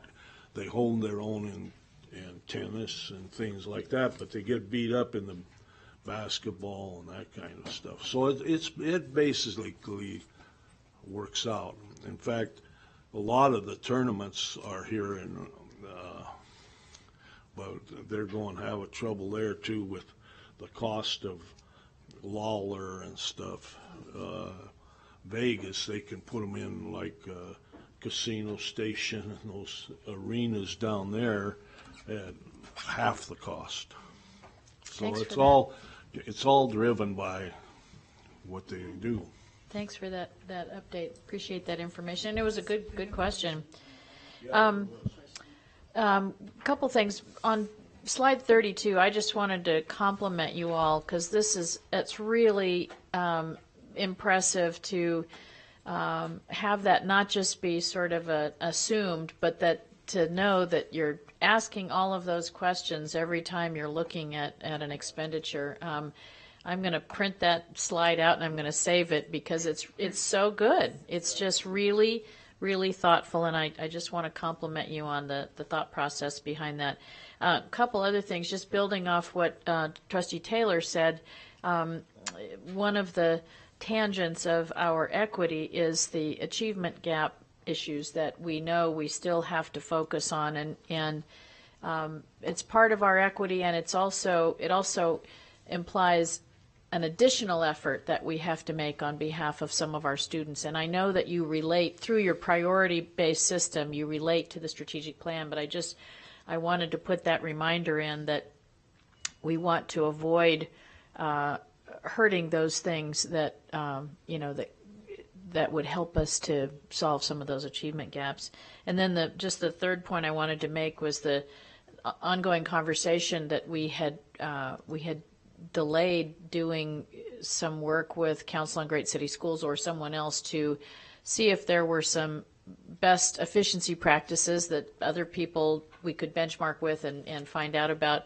And I know we delayed that for priority-based budgeting. I still think that's part of our ongoing strategic discussion about the deficit is are there any best practices currently out there that somebody else is thinking of that we could take advantage of or benefit from. So just some points to put on the radar.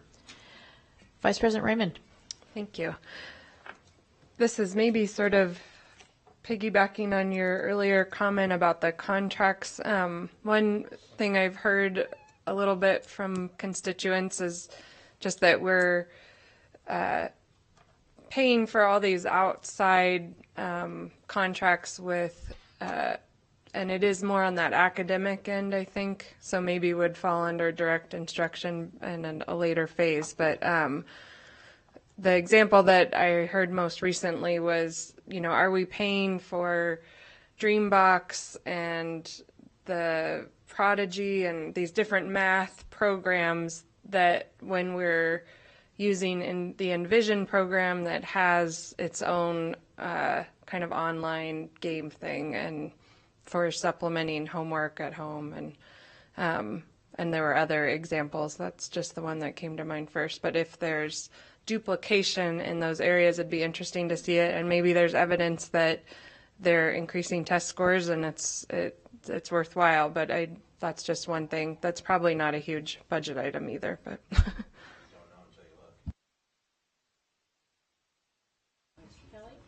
Thank you, Madam President. I know that WC1 funding is pretty black and white what that funding can be used for and what it can't be used for. But with our school district as complex and with all the different categories of things that we have, I think it's important just to keep looking to see if there are still things that we pay for out of the operation budget that as time goes on, maybe it makes more sense that, wait a minute, this could be something that our committee needs to look at to say that could be a WC1 thing. Maybe it wasn't 2 years or 4 or 5 years ago, but now thanks to things moving around, it's changed. And so that's just something I think you guys should just keep looking at. Yes, Mr. Mayor. I got to thank you because this type of budgeting is really work intensive. It really is, and it's easy for people to get burned out on it. But the results are worth it, I think. It's cost benefit. And I think that we should look at all our programs, especially like Trustee Raymond was saying, that see what the cost benefit is to those programs. For example, Khan Academy is free.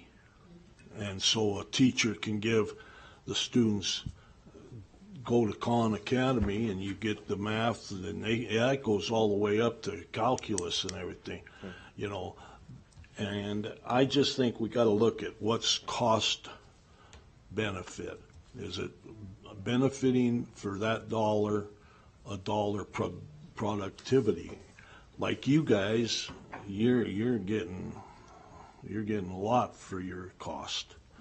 But I think you got to look at it's like road building and everything else. Is that road that they're going to build, what's the cost effectiveness of it? So these programs that you're getting to develop, are they really getting the cost benefit in improved scores, improved graduation rates, and improved social, emotionally learning? Are they really getting a benefit for it? Because if not, maybe can that and look for something else. And I really am amazed at the things that our staff comes up with. We were at Reno High last week, and there was a teacher in there that has developed a program that he was showing. We went into foreign language, and the gal was doing a program that she had developed. And you look at that and you say, man, these guys are doing these programs, and they're better than the textbook. And, I was sitting there, the French teacher, I was just amazed at the children participation in the lesson. I mean, she'd ask something and the 32 hands would go up. And if they didn't get chosen, man, they were kind of disappointed. But these are programs that the people that we have developed that are just as good as Hugh Mifflin books, And I think we should somehow develop that, either give them a stipend or something for developing a chemistry curriculum or something like that, because we got the talent. I will assure you that. We have the talent in this school district to be number one academically. And in fact, I compliment our information department.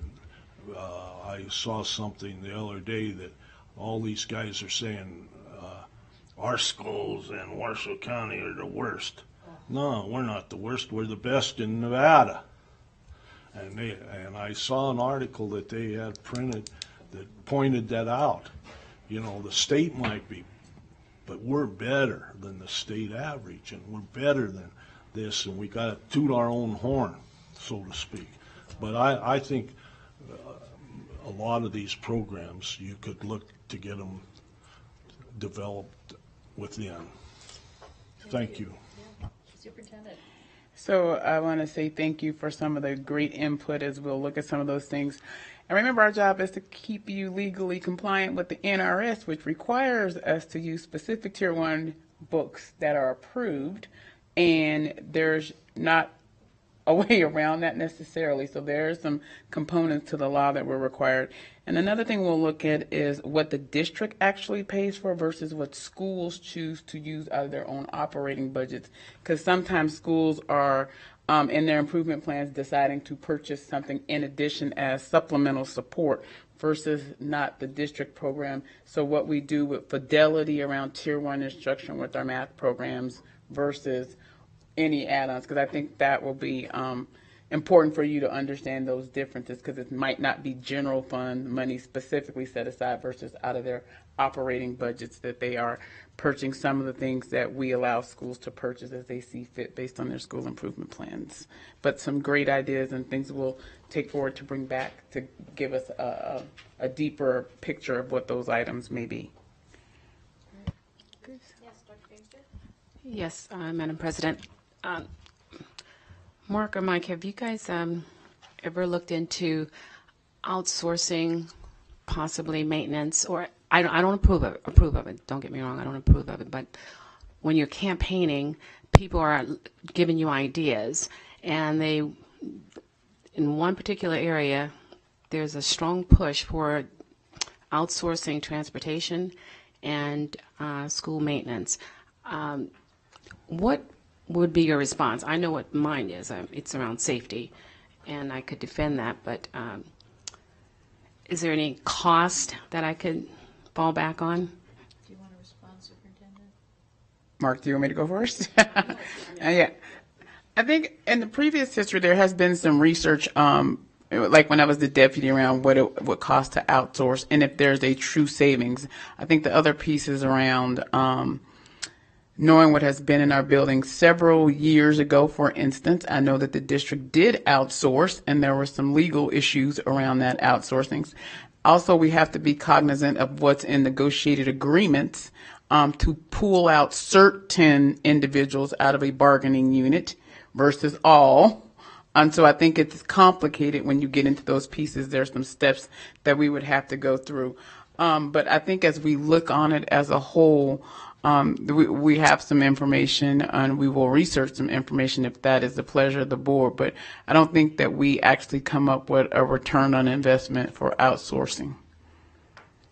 Okay, and the reason why I ask the question again is because, especially out in Cold Springs, a lot of parents, that's what they'll ask.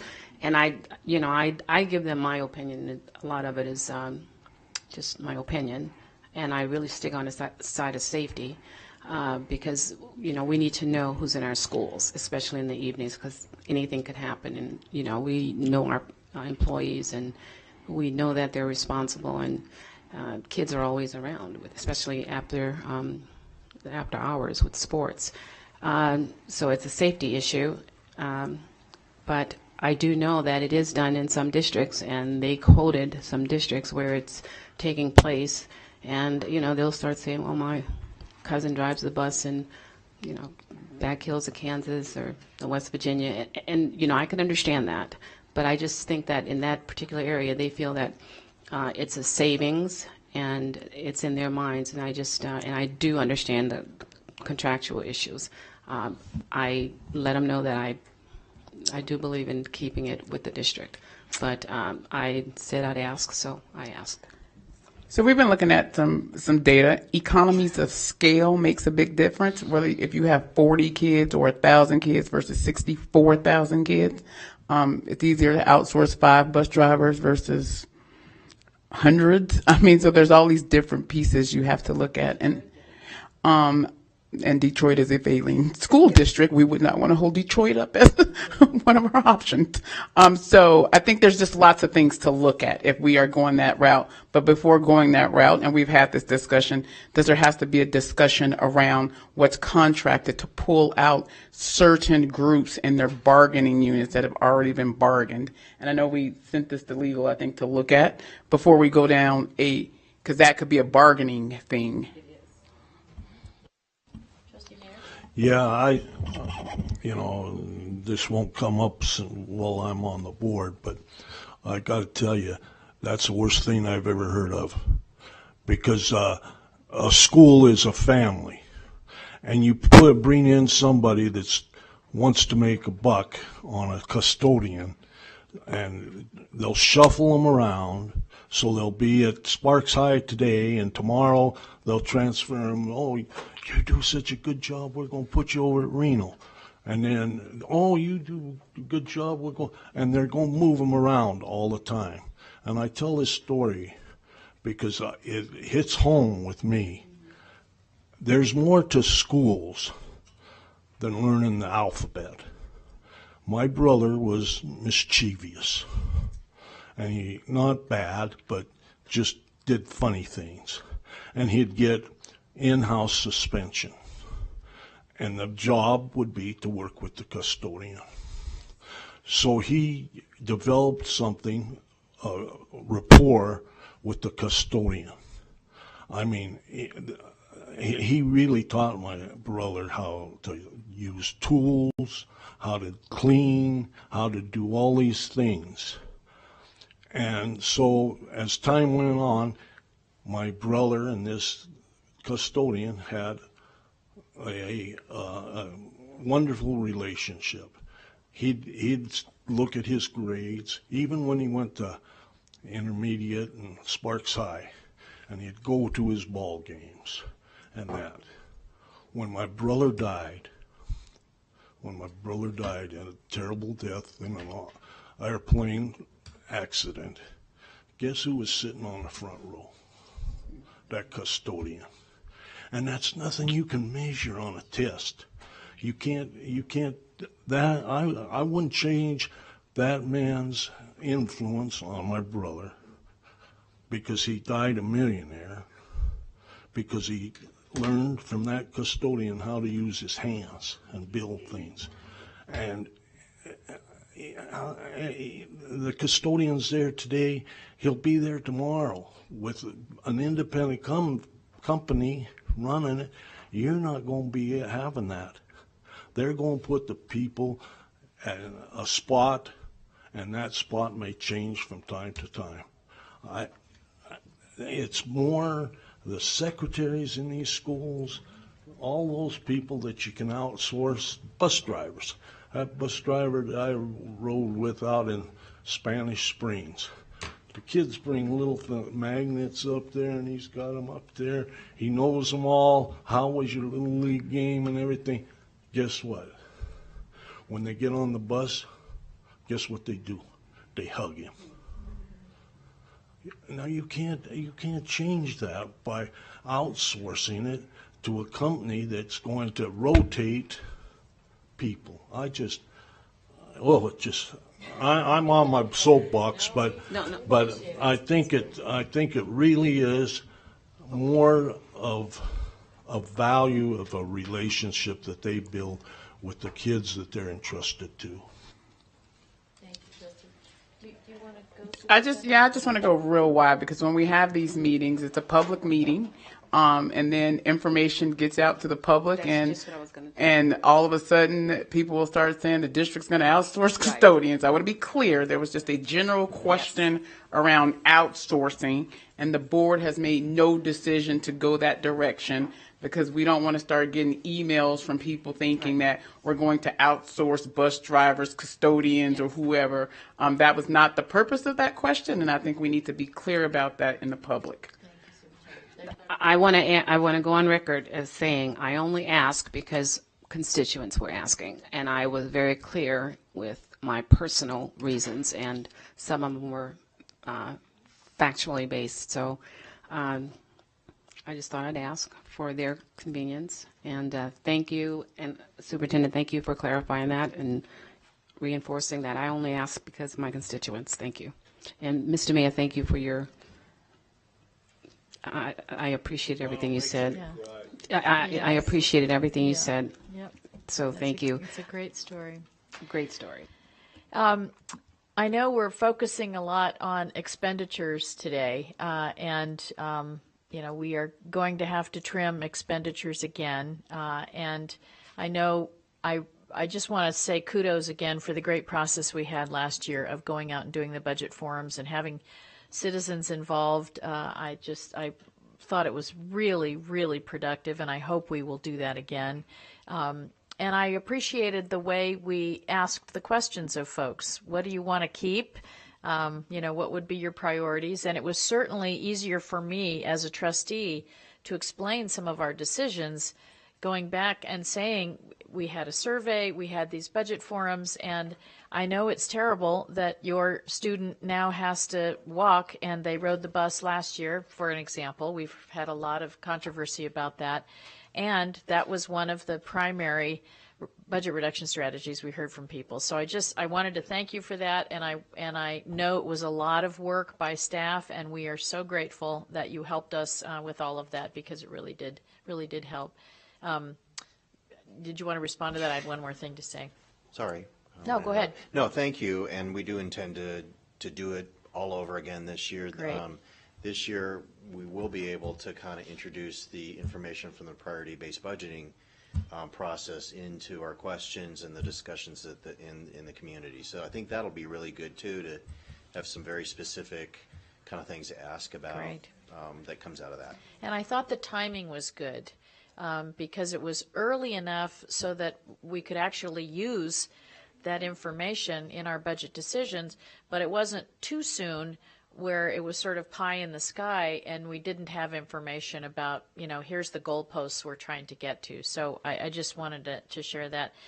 The other thing, I know you're not interested in hearing about places we'd like to increase our investment, but we do have on our agenda this afternoon a discussion of an IT audit, and I wanted to flag that I do think as a 21st century learning organization, we really do need to find some ways to support some increasing investment in our IT.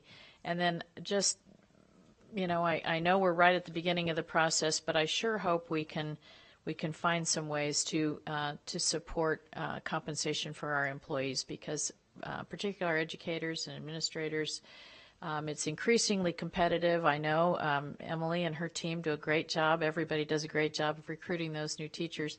But in the environment where we are competing with so many other jobs that people could have, I hope that that's a part of our strategy. I know it is in our statewide work with the legislature, but it is so important that every teacher in every classroom be the absolute best, most qualified, most motivated, most passionate person that we can find, and they deserve to be compensated for that. So just wanted to add that one. Any other comments on this section? I know we still have some more to go, and I know everybody's been sitting a while. Should we charge on through the last session? And okay. Charge. Great. I think we only really have 2 more slides, actually.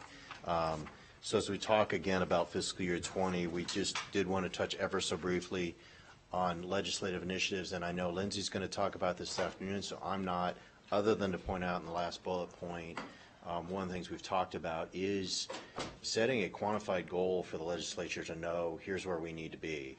So we will be working towards a calculation of what our required basic support per pupil amount needs to be, and hopefully coordinating with other districts on that and make sure we're kind of in the same ballpark. But that is something that you will see later on in the year ahead of the legislative session, so that you'll know and the legislature will know kind of here's what we're looking at, here's where we would need to be funded, to do the things we need to do. Okay. Oops. And with that, I will turn it over to Mike to talk lastly about the timeline. So we attached a detailed timeline. This is just a summary. And essentially, we have required deadlines to make. We have to file a tentative budget by April 15th. We have to have a public hearing on the tentative budget, and we would probably schedule that as a normal board meeting, May 28th. We have until June 8th to file a final budget, which will probably be on May 28th because the legislature ends on June 3rd, and there would be no time to put the numbers together and post for a meeting and do all that stuff. But by law, in a legislative year, we can, after 30 days of the legislative end, file an amended final budget, which would probably be June 25th. Those are required deadlines. In the interim, there's a lot of activity that's going to be taking place. I think we've talked about a lot of that already. We will have ongoing board updates. We were going to have another budget survey, the community budget forums after the surveys worked out really well last year too. So those are intended to be part of the timeline. And obviously the legislative session, as more information is learned, we can start applying it to what we know and where that puts us in the budget. And the PBB results will come in, and that'll drive a lot of the budget process also. So that's kind of in a nutshell. There's a lot of activity that's going to be taking place, but the goal is to get to that amended final budget and have a balanced budget that's hopefully structurally balanced also, and at least put us on track to do that within 2 years. Okay, questions, comments at this point? I know I speak for all the trustees in our gratitude for the hard work that goes into all of this and the big challenge that we've given you all to try to cure that structural deficit when the ball keeps moving, if you will, or the chains keep moving. And so we're very grateful for that, and just really, really impressed with the thoughtful work that you all do for this. So thank you so much for that. Any other questions or comments or anything else you all would like to add? Okay, well, I need to call for public, oh, sorry, Dr. I just want to thank Mark and Mike. Thank you so much, because it's so user-friendly. And I got to tell you, when you're out campaigning, it is hard. It is hard. People ask you the most challenging questions, and I got a lot of tips. So thank you so much. And I know my husband served on the budget committee for probably, I don't know how many years, but I would remember him coming home saying, it's googly gob, period. So on his behalf, I want to thank you also, and also the guy from, from, I don't know, one big Nevada Energy. He never could understand what we were doing. But, today, I bet if we were to take this back to him, he would be so pleased. So thank you from him also. It's much better. Thank you. And thank you, because I could explain it to teachers. Okay, any other comments? We do need to call for, Trustee Kelly, did you? Yeah, I still want to talk about legal's budget. That's not on the agenda. Oh, we do need to call for public comment. Do we have any public comment? No. Is there anyone who'd like to make a public comment about the legal department's budget? No, I'm just kidding. Just kidding. We love you guys. Okay. Then hearing no further public comment, we'll be adjourned until 2 o'clock here in the boardroom.